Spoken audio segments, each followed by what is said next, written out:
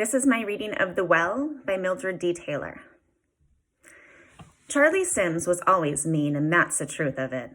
Thing is, we never knew just how mean he was until that year back when all the wells in our part of Mississippi went dry. All the wells except ours, that is. We was blessed. We had good sweet water and a well that ran deep. Most folks said our land must have been sitting on an underground lake, if there is such a thing. Well, I don't know about that. All I know is that well of ours never went dry. Now, some folks wouldn't have shared their water, but Mama and Papa, too, weren't those kind of folks.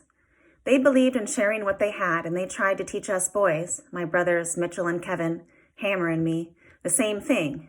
But sometimes it was real hard to do, to share, especially when some of the folks you had to share with were folks the likes of Charlie Sims and his family, folks who hated your guts. Our two families, the Logans and the Simses, had never much gotten along. What with the Simses living less than a mile or so from us on that 40-acre spot of land they tenant farmed, and we sitting on our own 200 acres, they was always likely to be trouble, and there was. Now, this was back before my papa went and bought that second 200 acres. But still, that 200 acres we had then, that was a lot, and the Simses didn't like it, that we had when they didn't. They didn't like it one bit. That was part of the trouble between us. Other part of the trouble was that we were colored and they were white. Fact of the matter was, we ain't never had much use for the Simses. They ain't never had much use for us either. But seeing that we couldn't hardly afford trouble with them, Papa said best thing to do was try and stay out of their way as much as we could. He said it was better to mind our business, let them mind theirs, and just walk away if they tried to start something. I heeded his words. My brother Hammer didn't. During those dry days, the Simses, like a lot of other folks, took their water from the Creek Rosalie. But then things got so bad that even the Rosalie began to muddy and dry, and folks who had never been to our place for water before began to show up. Colored folks and white folks too, even the Simses. It was just after dawn the morning Charlie and his brother Ed Rose pulled up in their wagon with two big barrels setting on it. Hammer and me, we just come from the barn after milking some of the cows, and we seen them. Hammer was walking ahead of me carrying a full milk bucket in each hand. Me, I was only carrying one bucket because I was on a crutch that summer. I had fallen from a tree and busted up my leg. So I had on a cast, had a limp, and I moved slow. Now, I wasn't any happier than Hammer to see the Simses, but I was ready to act civil and say good morning. Not Hammer. First thing out of his mouth, "What y'all doing up here?" Charlie Sims, no more than 14 at the time, held the reins to their mules. Ed Rose, maybe a year or so younger, sat beside him. Charlie stared down at Hammer and me and didn't answer. Ed Rose stared too, but at least he spoke. "Where's your folks?" he asked. "Don't you worry about where they are," said Hammer. "I'm the one standing here." Hammer couldn't have been more than 13, and I was just 3 years younger than that. I was kind of a quiet boy.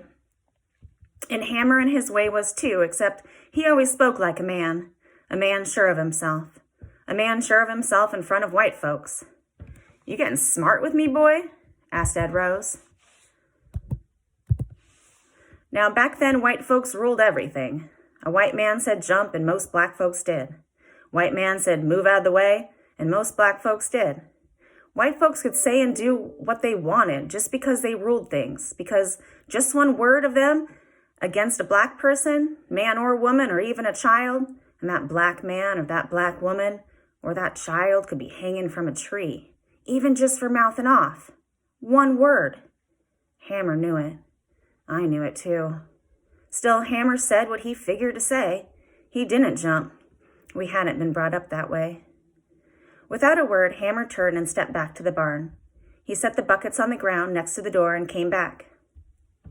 Hands free now, he stuffed them into his pockets. "I'm not the one sitting on a wagon with 2 empty water barrels," he smart-mouthed.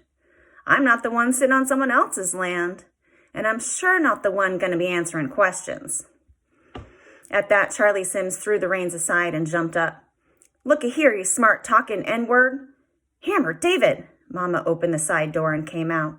She took one look at the Simses, at us, and knew what was going on. "Why ain't y'all told me we had folks calling?" Hammer didn't say a word. Me neither.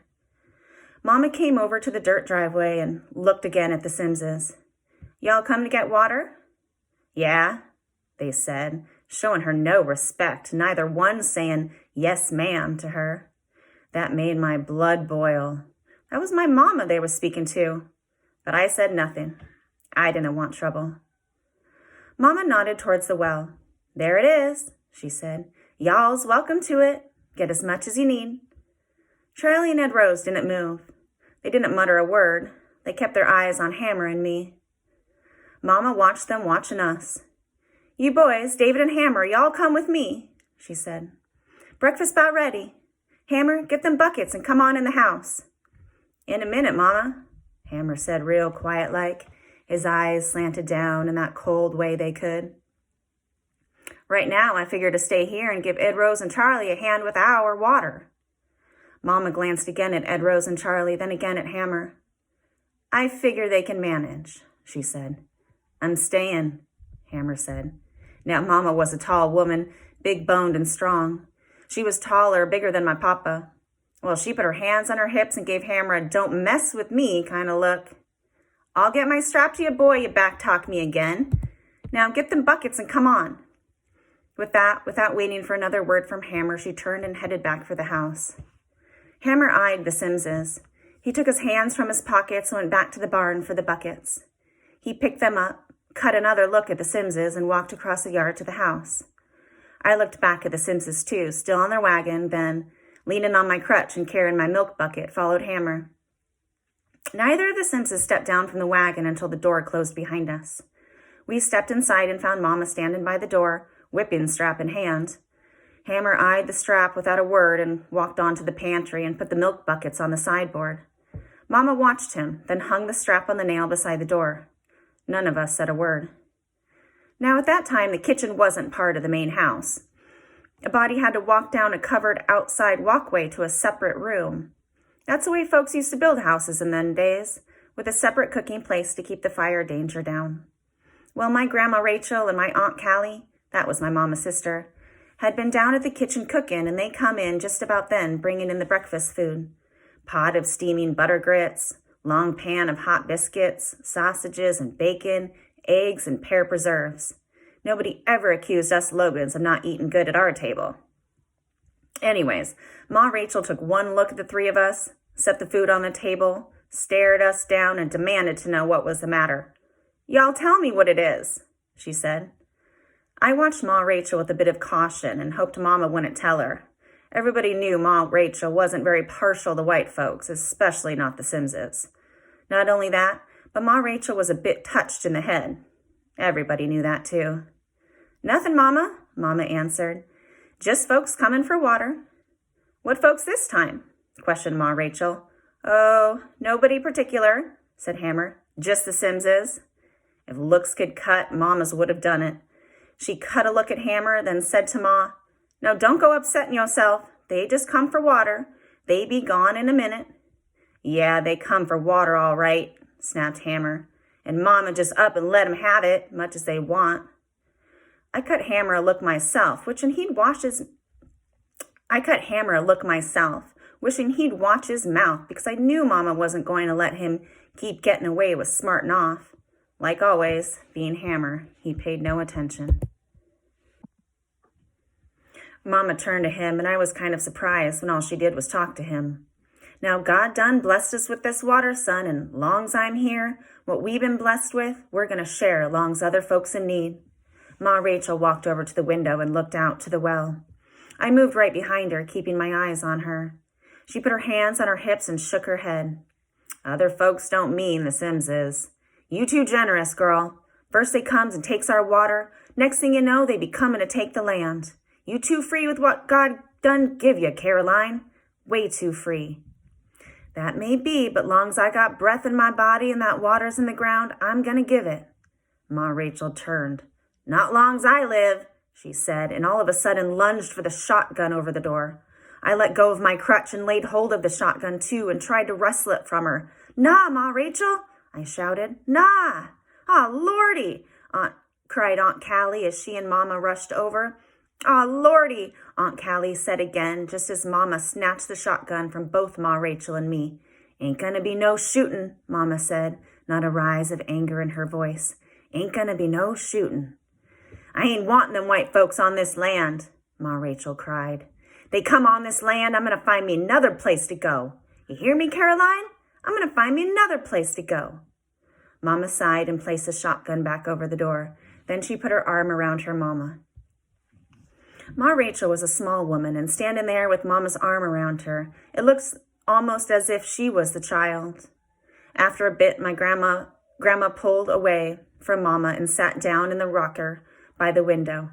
They done took my name, she moaned. They done took my name. They done took it, and I wants them way from here.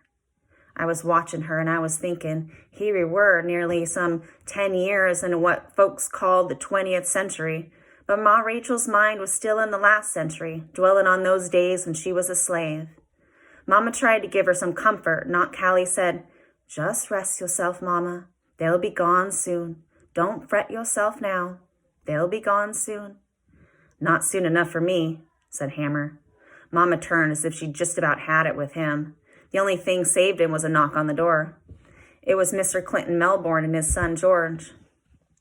Come to get some water, that'd be all right with y'all, said Mr. Melbourne. Help yourself, said Mama. Y'all's welcome to it. Mr. Melbourne nodded, his way of giving thanks. Looking a little bit embarrassed, he nodded a second time. Then he and his son went back to their wagon, unloaded their empty barrels, and took them over to the well. There they stood waiting for Charlie and Ed Rose to finish drawing water. The Melbournes, they were nice folks. They always treated us fair. Still, we didn't forget that they were white and we were colored. We figured they didn't either. Ma Rachel stared out the window at the Melbournes and the Simses and shook her head. More white folks on our land, she muttered. Then she repeated herself. Y'all too generous with these folks, Caroline, after what they done. You're too generous. I can agree with that, said Hammer. You hush, boy, said Mama. You and David, y'all go on and get washed up for breakfast. Go on now. Hammer scowled, but he obeyed. He went to the back porch and I followed. We found our cousin Halton already there, washing off the morning sweat from working in the fields. Halton was Aunt Callie's boy, and he was staying with us now. Halton was near grown, about the same age as my older brother Mitchell, and he had himself a sturdy build like a boxer. He grinned at us. Halton always seemed to be grinning. He was just one of those folks naturally had a sunshiny way about them. Nothing much ever seemed to bother him. What y'all little scound's up to? He asked. Just come to wash up, said Hammer. Halton nodded. What was all that commotion going on in there? I told him. He grunted. Them Simses ain't never been nothing but trouble. Y'all little scounds stay clear of 'em. Easier said than done, said Hammer. Well, y'all do it anyway, said Halton. Then he grinned his big wide grin again. 'Nough of them, he said, and threw out his wash water. Y'all get y'allselves washed up and hurry up about it. I'm past ready to eat. He locked his great arms around the back of each of our necks, gave a friendly squeeze and laughed, then let us go and went into the house. Brother, you aiming for a whipping? I asked Hammer as soon as Halton was inside. You keep messing with Mama and you're going to get one, sure enough. Hammer took up the soap Mama had made, dipped water from a bucket and poured it into the washpan and lathered up. Well, I said. I wanted an answer. Hammer finished his washing and rinsed off his hands before he answered me. Whipping be well worth it. I could run them Simses away from here. Can't do it, I said. They white, we colored. Running them off would just mean trouble. And you know what Papa said. You gotta weigh that kind of trouble you gonna take on. Seems to me sharing water when we got plenty ain't a good enough reason for trouble. Maybe you think not, said Hammer. Me, I agree with Ma Rachel. White folks, especially the Simses, got no business on our land. I was quiet a moment, then spoke low. You know, Ma Rachel kind of touched in the head, especially when it comes to white folks. Then I suspect maybe I am too. They got no business here. He walked down to the end of the porch and stood there staring out. I washed my hands and watched him. As I dried my hands on the porch towel, he turned and came back. They gone? I asked. He nodded. Nice of them to thank us, wasn't it? He met my eyes, opened the back door, and went inside. I did not follow him this time. Instead, I hobbled on my crutch to the end of the porch. The Melbournes were now drawing water from the well. Like Hammer said, the Simses were gone, but I knew that as long as this dry spell lasted, they'd be back. Knowing that, I looked up at the sky and prayed for rain. Lots of it. I prayed it would rain so folks wouldn't have to be coming to our well. I prayed it would rain so the Simses wouldn't have to come here again, because I figured if they did come, sooner or later, there was going to be trouble. Breakfast that morning was kind of quiet. Hammer was in a mood, so was Ma Rachel. I ain't had much to say myself. Aunt Callie had gone on home, but Holton was at the table, and it was him and Mama who done most of the talking. Papa and Mitchell and Kevin, they usually done a great bit of the talking at the table, great part of the laughing too, but they were away now, doing lumbering along the Natchez Trace. They'd been gone for more than a month. The last couple of years, they'd been going away to do lumbering work to get money for taxes and for some of the things Papa and Mama wanted our family to have, including more land. Since they'd been away, not only had Holton been staying with us to help out, but Aunt Callie had been spending a lot more of her time here, too. Now, Aunt Callie and her husband, my Uncle Lawrence, and their children lived on our place, but they had their own house, their own fields, on the other side of the woods. Most days, Aunt Callie was up to our house anyway a couple of times a day to see about Ma Rachel and visit with her and Mama, but with Papa, Kevin, and Mitchell gone, she was visiting even more. She and Halton and Uncle Lawrence called themselves keeping watch on us. That was all well and good, having them keep watch, but far as I was concerned, Papa and my brothers had been gone long enough lumbering on the Natchez Trace. I was missing them, and I knew Hammer was too. I figured it was high time they came back. Mama kept saying any day now they'd be home, and then they would stay a while. When they came home, too, they would stay and watch out for us themselves and help us out with the farm work. Soon, she said, soon. But she'd been saying that for more than a week, and I don't even think she really knew when they'd finally come walking up the road. After breakfast, it was Hammer's and my job to take the cows to get water. Now, back then, our family was considered rather prosperous for folks black or white. We had ourselves the 200 acres, cotton fields, fruit orchards, and a garden. Papa had herself a buggy, and Papa had himself one of the finest stallions in the county. We also had ourselves plenty of livestock, hogs, chickens, guineas, ducks, horses, mules, goats, and cows. We had some 30 cows and calves. In fact, we had so many cows we had to graze half of them in the pasture behind the barn and the other half near the pond. Because everything was drying up, the pond was nearly dried out too, but there was still enough water for the cows to get themselves a drink. Each morning we'd take the cows down to the pond and then bring them back again round the time the sun set. Well, this particular morning when we got gone to take the cows down, we find it so near to dry, we decided to take them on to the creek Rosalie. Even though folks couldn't drink the muddy water anymore, leastways maybe the cows could. On the way to the creek, we met up with John Henry Barry. John Henry was the same age as Hammer, and the two were good friends. "Hey there, John Henry," Hammer and I both said. "Hey, y'all," said John Henry and gave his bony cow a swat to push her on. "Y'all headed to the Rosalie?" "That's right," said Hammer. "Then I walk along with ya." "Fine," said Hammer, and we kept on going. When we got down to the Rosalie, we found Charlie and Ed Rose along with Dewberry Wallace, a close friend of theirs, and Mr. Melbourne's boy George watering their cows. With them was Joe McAllister, a few years older than the older boys, and black than the other boys, and black. Altogether, they had some 7 cows, and here we come with our 15, plus John Henry's 1. It didn't look good. "Hey there, Hammer, David, John Henry," cried Joe with his good nature. "Hey, Joe," I returned, and Hammer and John Henry gave a nod. Charlie and Ed Rose and Dewberry gave us a mean look. George Melbourne moved his family's cow away from the others. Hammer and me, we headed our cows toward the water. John Henry and his cow came along. "Now, just hold it right there," ordered Dewberry. "Hold it right there. There ain't water enough here for all them cows." Charlie laughed. "Don't tell me y'all N-words gonna come to the creek now to water your animals. Thought y'all had a pond to water from." "Yeah, we got a pond," answered Hammer. "Got some 15 more cows, too, to water from that pond. Figured to water these here from the Rosalie, yeah, like everybody else. Figured to save that pond water for other cows." I stood there not saying a word, figuring though he was about to die. John Henry looked as if he was figuring the same. The white boys looked at each other. Then Charlie spoke again. "Y'all Logan's some mighty uppity N-words, you know that?" Think y'all's goods, white folks, 'cause you got a little land and some livestock. And don't forget, we got water too, said Hammer, rubbing salt into Charlie Sims's already festering soul. Water y'all gonna come to us to get. Well, don't you go getting so prideful about that water, N-word. Maybe one day you won't have it. Maybe one day y'all find something dead floating in it. I thought my heart was going to burst. It was beating so fast and furious. I could see me or mine floating in that water. I was angry, too, that they were calling us by that word again. It was a galling word, an insulting word that made my blood boil.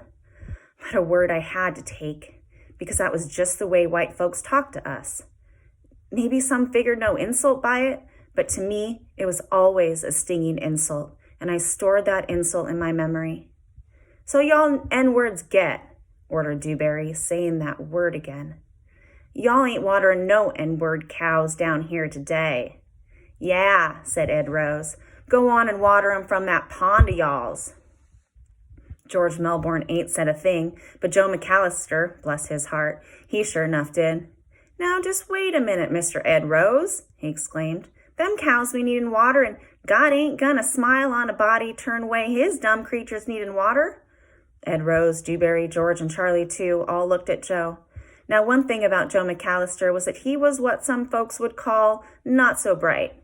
He had a good heart, though, and most folks cared about him. Even if they didn't, they put up with him. Joe was the kind of person who could speak his mind and folks wouldn't take offense. I suppose because folks figured whatever Joe had to say wasn't worth taking offense about. Now, you gots to let him drink, Mr. Ed Rose, Joe went on. 'Cause God, he done put this water here for everybody, and— Joe, shut up, said Charlie, and Joe shut up. Then Charlie turned back to Hammer and me. Y'all get, he said. Yeah, said Dewberry. And get now, added Ed Rose, for we go and forget just how y'all supposed to be some of God's dumb creatures too. Hammer didn't say anything back to them. He just looked at me, swatted one of the cows with his switch, and headed the cows upstream. John Henry with his cows came too. I looked back at the Simses, at Dewberry and George, and wondered if they would follow. They didn't. Once we were out of sight and hearing distance from them, John Henry stopped his cow and he said, You know you're crazy, don't you, Hammer? You're crazy to go talking to these white folks like that. Don't you know these white folks'll kill ya? Hammer looked at John Henry. I expect I do, he said. Then he moved on and headed the cows straight into the muddy waters of the Rosalie. John Henry Barry shook his head. Crazy, he muttered. Plain downright crazy. I stay friends with you. I hope you don't end up getting me hung. I looked at John Henry and knew how he was feeling, but Hammer was just Hammer, and I followed after him. So did John Henry.